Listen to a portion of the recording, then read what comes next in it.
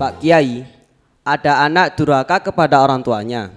Pertanyaannya, bagaimana taubatnya anak yang durhaka? Dan apakah ia mendapatkan karma dengan keturunannya yang nantinya anaknya juga durhaka? Durhaka itu ada beberapa hal. Durhaka kepada kedua orang tuanya, ini pertama ya. Ada juga durhaka kepada kedua mertuanya, ya. Juga durhaka kepada gurunya. Nah ini durhaka, ya.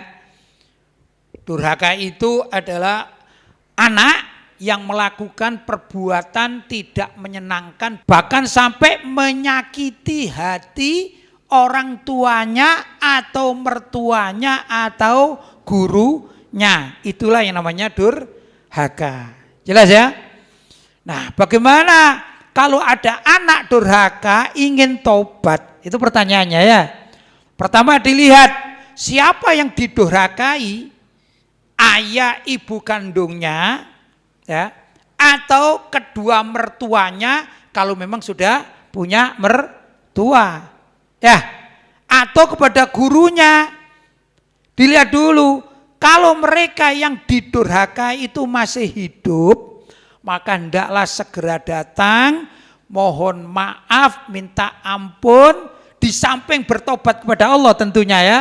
Mohon maaf, mohon ampunan dari kedua orang tuanya, kepada mertuanya, kepada gurunya, itu ya, dan berjanji tidak akan mengulangi lagi. Tapi bukan itu dok. Yang terpenting setelah minta ampun, minta maaf, kok sudah dimaafkan, maka hendaklah anak tersebut menampakkan sesuatu perubahan terhadap kedua orang tuanya, atau kepada kedua mertuanya, atau kepada gurunya, ya. Dengan cara apa? Memperbaiki hubungan, silaturahim.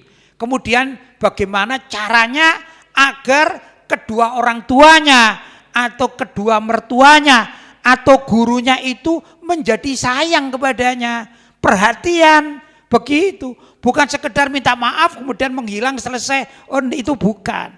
Kalau kepingin taubat di dalam durhaka tadi, karena durhaka itu membawa dampak. Anak yang durhaka ya, kok dia tidak tobat, maka kelak gitu ya. Kalau dia punya anak, kalau dia punya menantu, kalau dia punya murid, naudzubillah, kemungkinan besar dibalas oleh Allah dengan cara anak atau menantu atau murid ini yang durhaka juga kepada dirinya, begitu. Kama tadinu tudan. Katanya menurut peribahasa kama tadinu, sebagaimana engkau berhutang tudan, kelak akan ada orang yang berhutang kepadamu. Maksudnya engkau dituju. Nah, begitu ya. Jadi kalau kita kepingin tidak didurhakai oleh anak kita, oleh menantu kita, oleh murid kita, ya kita jangan sampai durhaka kepada mereka-mereka yang wajib kita hormati. Begitu caranya. Jelas? Baik.